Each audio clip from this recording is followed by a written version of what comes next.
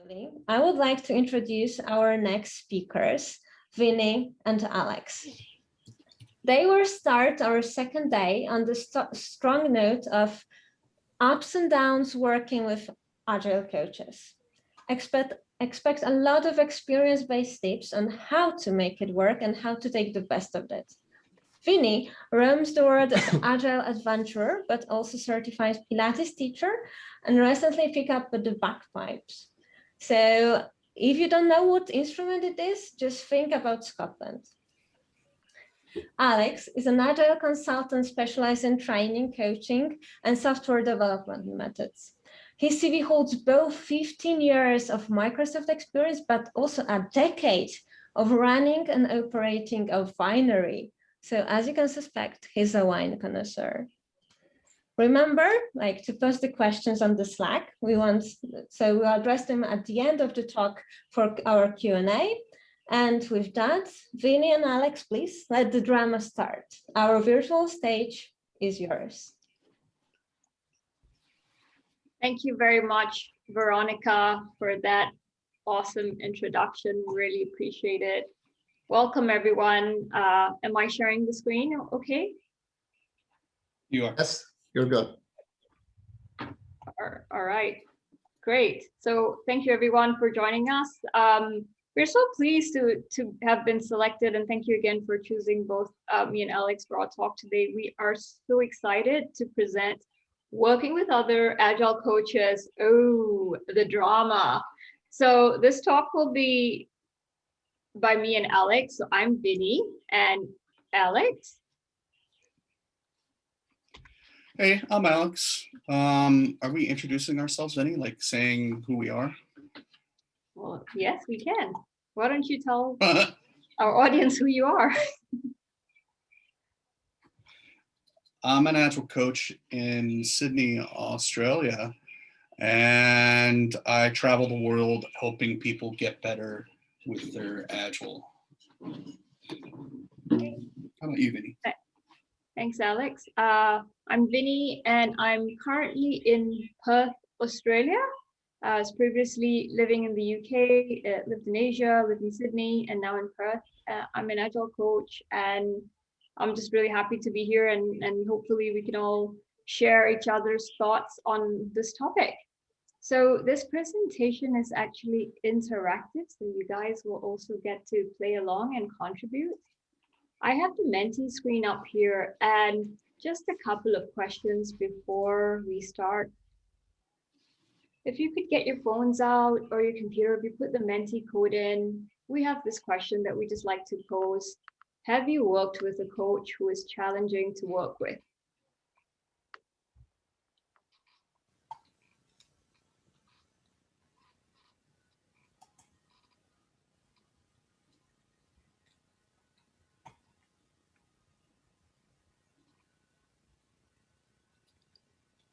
Yeah, challenging could be difficult, yes.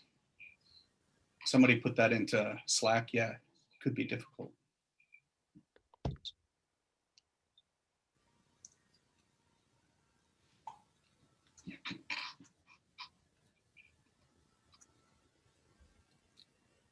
I have about 20 or 30 people online. We really hope that you'd participate with us. The more you participate, the better our talk will be. Okay, so we have 10.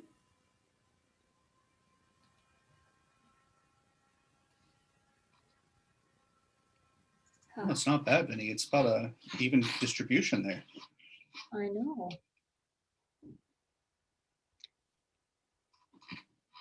It's pretty good.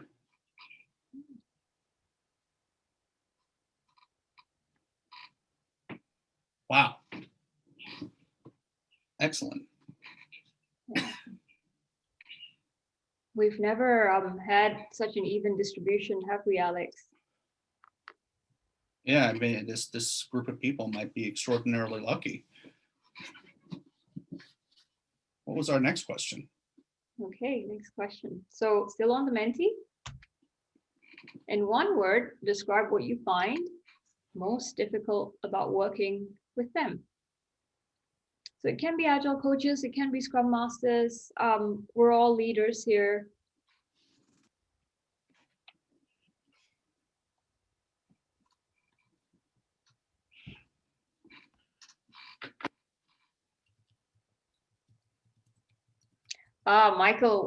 Michael just said something. He expected the whole Motorola to say yes. Yeah.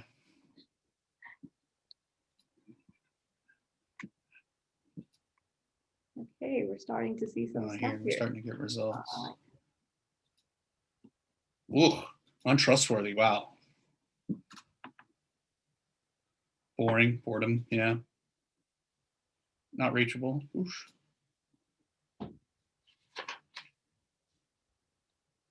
Busy. Oh, hard questions. Lack of them. Dogmatic. Yeah. Yeah. Hard to book their time. That sounds like you, Alex. Okay. Narrow view Yeah. scrub. Yeah. Focus on velocity. Yeah, you're my best friend. Okay. Ex-manager, ego. There we go. All right. Yeah. Thank you everybody for participating. You'll see where we're going with the talk. Okay. So we've had a couple of questions on Menti, just a bit of background about this talk. Alex and I decided to come up with this talk because we've had this difficulty, you know, we're human beings. So what's the story here? You know, what's happening to us? All right. So the question is, why is it important to work with agile coaches, right? We're all coaches, we're all scrum masters, you know, we're leading the light, we're showing the way. How important is it to us? So if we look at the overview of a team diversity, it is important because, you know, agile coaching, as one of my first agile coaches practice lead, he actually said to me, he said, "Oh, Vinnie, coaching is a tough job. It is a tough job. So it's really important to have somebody, you know, that you can rely on, somebody that you could talk to, somebody that you trust, but also somebody that actually understands where you're coming from, which is so important to have that shared understanding so that you could build in those diversity of thoughts, and also somebody that you can just learn from, right? Because we're all here to learn and grow. So those are some of the key things that we thought is really important, why we should work together. But then again, coaches, the breed of coaches, you have different types of coaches. You have different kinds of employments. You have perm, contracts, you know, the management types, the senior leaders. And Alex, you've been all of them, have you? Yeah, been all of those things. Definitely when you're an agile coach or a scrum master in those different types of roles, it might change your behavior, and it might change others' perspectives and behaviors towards you simply based on your employment type. For example, if you're a permanent employee, you might feel more hesitant about saying something because it might not be politically a great thing to do for your career. But if you're a consultant, you might feel more free to say something as an agile coach because for you, it's just a short-term gig, right? So it can definitely have an effect on your behavior and the behavior of the people you're working with. Absolutely. And sometimes when you are a consultant coach, you can't really act freely because certain things have been predefined or you have to go through your company. So try to understand where people are coming from. And sometimes for me, it's what they're not saying rather than what they're saying. All right. So how do we start coming together, right? How do we come together? Team coaching contract. I'm just curious if any agile coaches have actually done this, because this is what we actually tell our teams to do. This is how we coach our teams. Hey, you know, let's start with the social contract. So why not we do a social contract as well? And this is something that we found lacking amongst agile coaches, that they have let this go or think that it's not important. There is a lot of value in it. And it is just as simple as having a team charter and what behaviors we want and how we want to work together. We have a sample of a team charter here that we put together. But the most important thing in social contracts, and it's the same thing with the teams, if you're finding this, it's not reviewed. We do it, we all feel good, we high five each other, and there it goes. It's missing.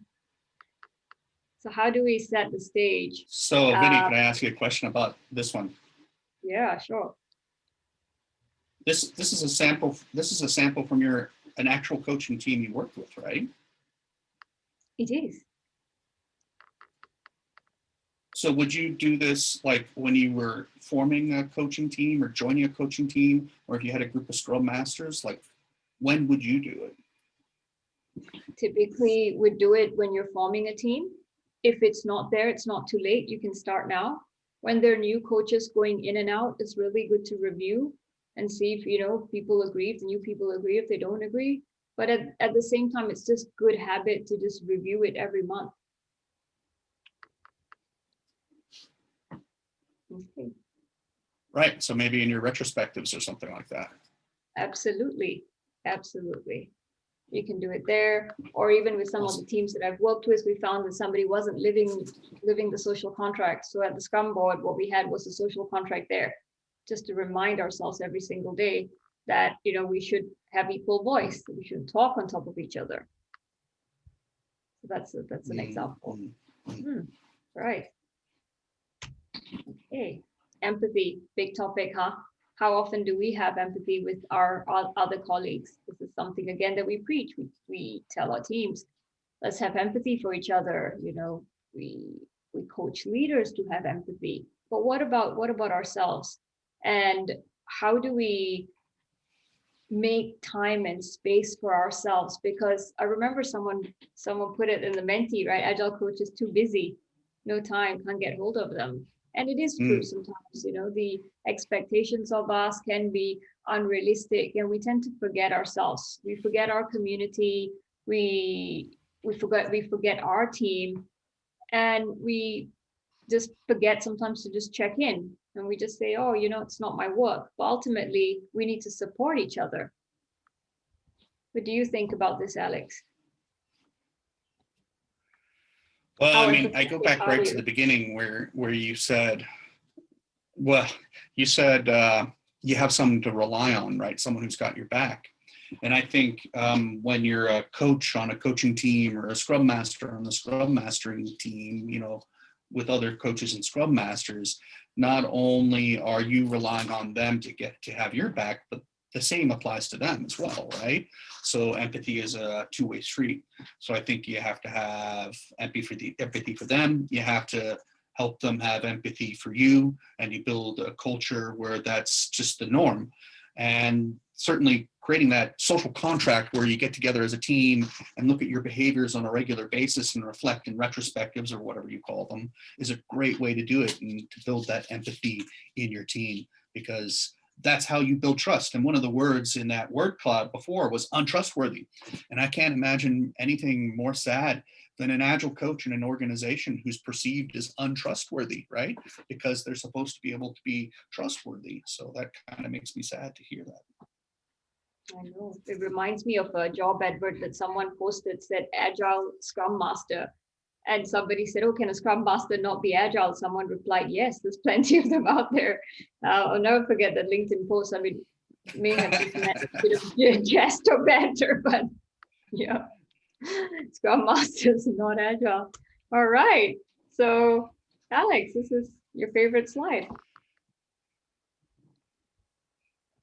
Well, you know, I think when you're building that team, just like any great team, if it's a team of coaches, a team of developers, a team of marketers or Scrum Masters or what have you. Now, you know, Vinnie and I are both obviously Agile coaches, and we work with teams of Agile coaches, but everything that you would apply at the team level also applies at the coach team level or the Scrum Master team level. To build that trust, you do need to learn to love these people, or, you know, I suppose learn to live with them anyway, just like your family, right? You gotta spend time with them. You have to socialize with them. It doesn't mean like you have to go to each other's like wedding reception or anything like that, but you definitely have to get to know them somehow, right? Where you talk about things that matter to each other. You get into what motivates people. You start to understand each other, and that's how you can build trust, and also respect. Respect and trust kind of go together hand in hand. And when you build that trust and you develop those relationships and connections and you trust each other, that's when you can start to learn from each other. And yeah, you should have fun with each other. There's nothing more sad than a team that stops having fun with each other and they don't enjoy each other's company. You definitely want your coaching team, your Scrum Master team to have fun and enjoy being together. Now we do have a question in Slack, Vinny. Do you think we should just address it right here or like leave it to the end? Because I'm open to addressing it right here. Yeah, why don't you go ahead? What do you think, Vinny? Should we address it? Yes, please. It appears that you're multitasking way better than I am. We have a question from Joseph. I've got like 3 monitors going, so I'm ready to go. So Joseph asked, why do so many Agile coaches think they're psychologists when they're not? They often do more harm than good, and we real psychologists have to clean up afterwards. What's sadly lacking is a concept of professional ethics for Agile coaches. Yeah. Wow. You asked the right question because on that? Alex is the ethics person, right, Alex?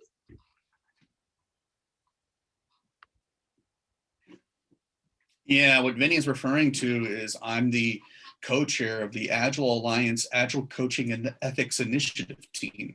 So I actually lead a whole team of volunteers at the Agile Alliance, creating an Agile Coaching Ethics Code of Conduct. And you can find it right now on the Agile Alliance website. If you go to the Agile Alliance website, look up member initiatives, and click on Agile Coaching Ethics Initiative Team, you'll find a draft Agile Coaching Ethics Code of Conduct that we're proposing for the Agile coaching community at large. And one of the sections in there is about the fact that Agile coaches are not trained and should not be considered as mental health experts like psychologists or psychiatrists. And we explicitly say that in the code of conduct. So there are people who are interested in that. So I would agree with you, Joseph, that that should be made very clear. And I agree, we have a code of conduct that we're proposing to the community that specifically states that. Thank you for the question. Thank you, absolutely. And even when I coach, I actually say I'm an Agile coach, not a mental health coach. If we cross the line, then yep, you know we'll need to review this. Okay, next slide. And I think Joseph brings up a good point, because you'll find anti-patterns of people playing the role of the coach or the Scrum Master, or any role really, actually. If you think about the dysfunctions as a team, you will find common dysfunctions amongst Agile coaches themselves. You might find coaches who are overwhelmed because they're trying to do so much at once. You might find, ironically, the coach who doesn't listen when coaches should be listening rather than talking. They spend most of their time talking and don't listen. You might find coaches who always go to a particular framework or process rather than trying to figure out what might be a better solution for the people they're working with. The know-it-all coach, you might find that directly links to that word in the word cloud I saw earlier, which was ego. You have coaches who are experienced and they start to think that they know everything. The now you see me and now you don't coach, that's the coaches that swoop in, say something, like use this framework, and then they disappear and leave and you'll never see them again. And you can even find the taking the credit coach. There are cases where coaches will come in and they'll do something with the team, another coach will see it and take credit for it.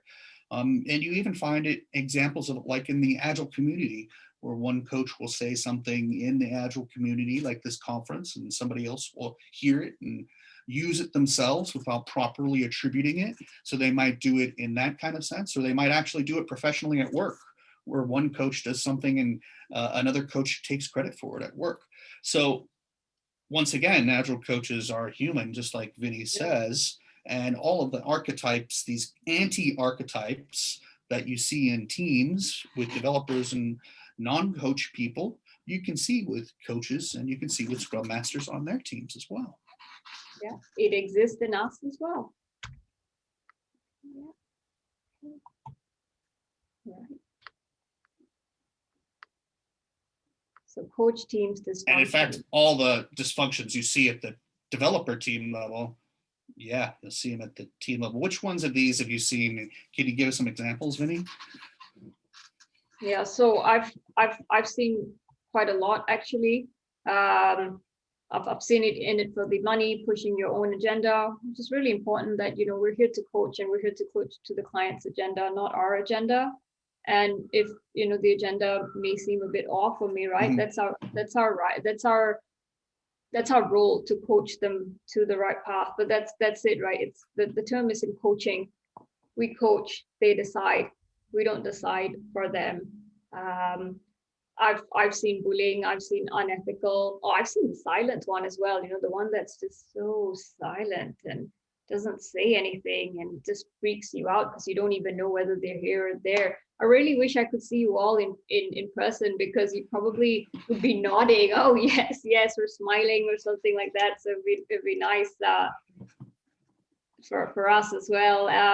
I've seen the ones not accepting feedback. You know, we coaches, you know, we say to people, feedback is the gift, or, you know, customer first. But, you know, when it's our turn, do we actually take feedback? How do we take feedback? And do we actually listen to our customers when they say to us? But, you know, there's all kinds of coaches out there. We're human beings. There's nothing special about being an agile coach at all. We're all here together to help each other grow. Do you want to touch on some of these, Alex? Some of your personal stories?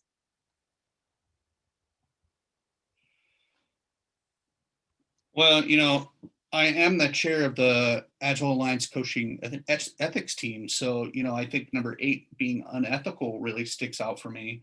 Like, I've seen coaches do unethical things. I've even seen coaches do things I might even consider slightly illegal, depending on what exactly was happening. I've seen coaches get into intimate relationships with people they're coaching when you're not supposed to do something like that. But I think what I would do, rather than focusing on all the different types of dysfunctions that might happen, which are many, these are just some examples, I would be thinking about what Vinnie said earlier about how you align a team. Just like you would align a Scrum team or a Kanban team or a software development team or any other Agile team using a social contract, that social contract that you co-create as a team, as a coaching team, can also be used to help to address these dysfunctions so that these dysfunctions are minimized. Now, we actually have another question here, Vinnie. Oh, we got a couple more questions. Yeah. Let's do a short one first. Can you give an example of an illegal coaching behavior? Do you want me to take that one, Vinnie? Well, yeah, you can take one, and I have one too, but you go ahead. Yours sounded a lot more exciting. Yeah, the one with the relationship boundary. Let's not talk about that one, but I once knew a coach whose sponsor in the portfolio, Kanban, told the coach that they had to backdate tickets. Now, the reason they were backdating tickets in the Kanban was so that the clients would think they'd actually started on contractual work before they had actually started it. So what they were doing was they were taking evidence of work that hadn't actually started and were lying about it. They were backdating documents or tickets in the Kanban system so that the client thought they were working on it when they weren't. That is illegal because they had contractually established a schedule when they were going to do work, what work was going to be done, and the organization was specifically lying about it. And the Agile coach was actually enabling this to happen by going into the ticket system and backdating work, which is like forging documentation, essentially, is what it comes down to. I've seen illegal behavior like that. True. What else have you seen, Vinnie? I've actually seen a couple of sexual harassment cases with coaches, but I've also seen coaches getting involved and, you know, getting people in performance reviews. That's not our role. You know, the better approach would be, okay, tell me what the issue is, and I'll coach these behaviors and see if we can reach consensus instead of just saying this person and that person getting involved in a whole HR mediation. That for me is not really our role. Okay, we'll just move on in the efforts of time. Well, I'll save that. We've got a longer question. I'll save till last, Vinnie, but we can keep going on.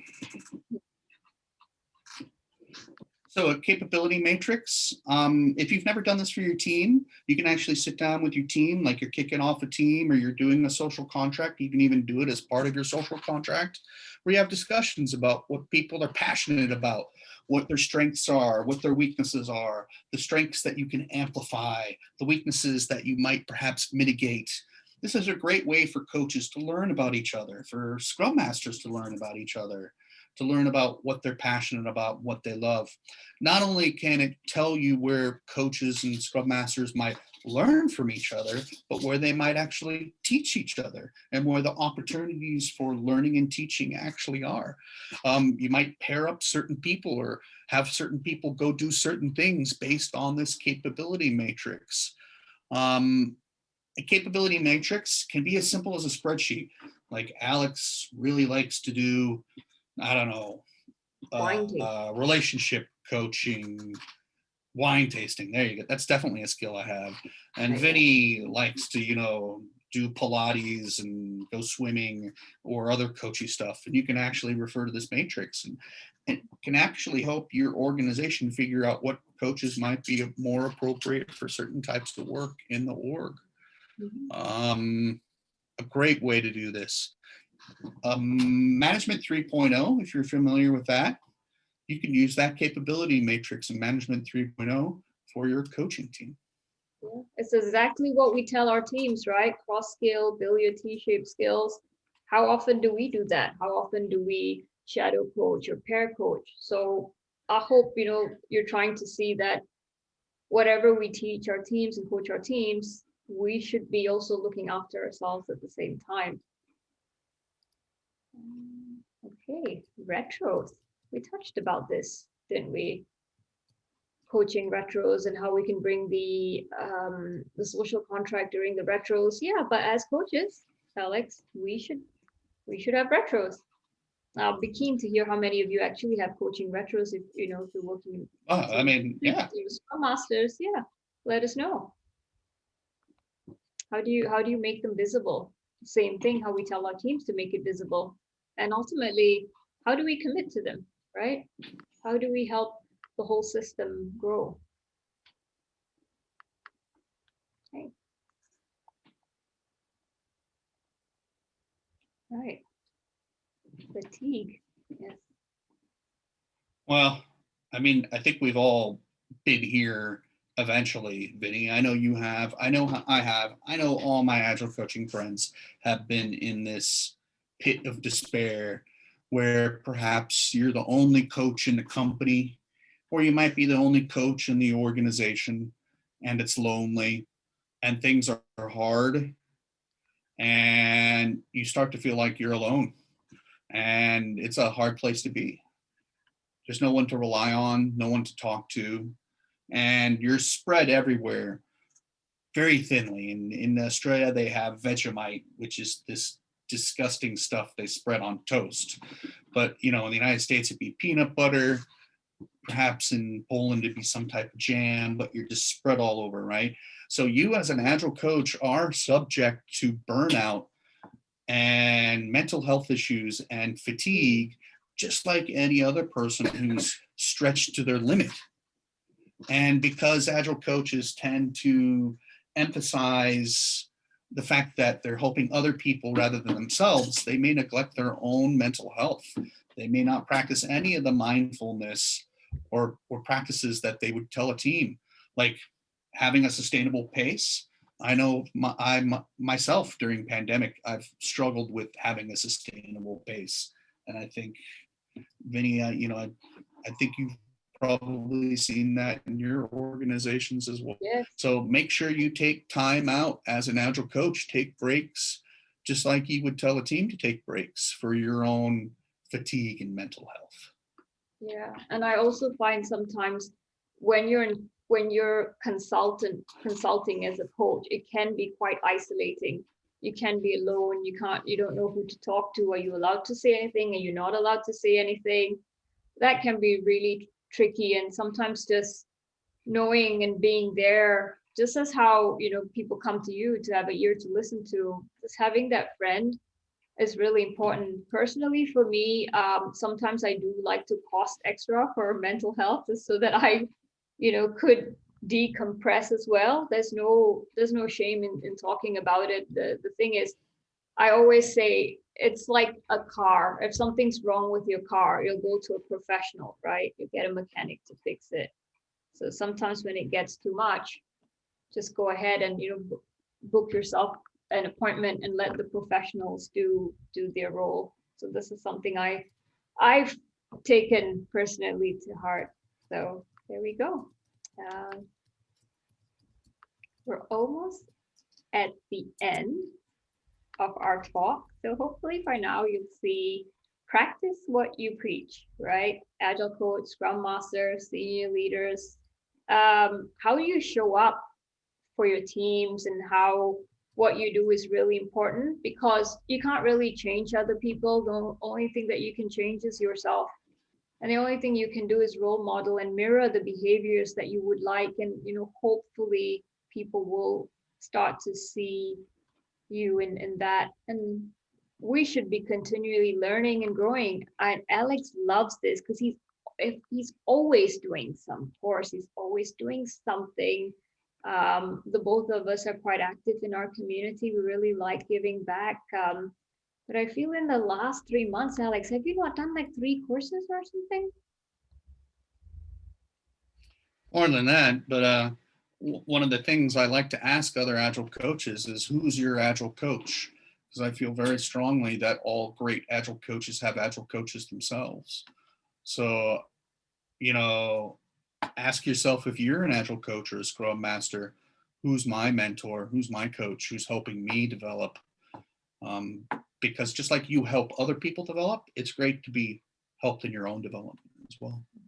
Yeah, because if we coach other people, we need to be coachable as well. All right. Moral of the story, I guess it's not so obvious now. I mean, it's pretty obvious now that we're in. We aren't special. We're not gods. We're just human beings like anybody. We're just like you and me, you know? We're not right at the top. We're not nirvana. I know when we did the slides, we had like coach level, God level, and then we put Alex next to that. I don't know what happened to that version. Alex probably being modest. And we had like team coach, program coach, enterprise coach, God level coach, Alex. So we're just like each other, you know. Yeah, and you know, that's us. We're the luscious locks duo, the both of us. Alex actually has long hair. He's tied it up very neatly in a wee ponytail. There we go. That's us. And if you'd like to connect with us on LinkedIn, we'd love to hear from you. But before we end, this is something special. It's a little project that we're trying to get it off. Agile drama, right? Have you ever worked with a coach who is challenging to work with? Tell us your story in a few sentences. Don't use actual names and don't be a jerk. So just before we end with the Q&A, we just have one more mentee that we really hope that you help us contribute, and just so that we can have a laugh with our coffee this morning, you know, laughing's good. Here we go. And we'll take questions as well, and we let the mentee run in the background. Is that a good idea, Alex? Great. So yeah, so they can answer stuff in here, and then we can answer questions.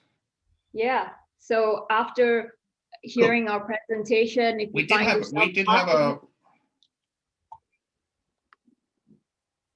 laughing or smiling, please put up your confession. We had a question, Vinnie.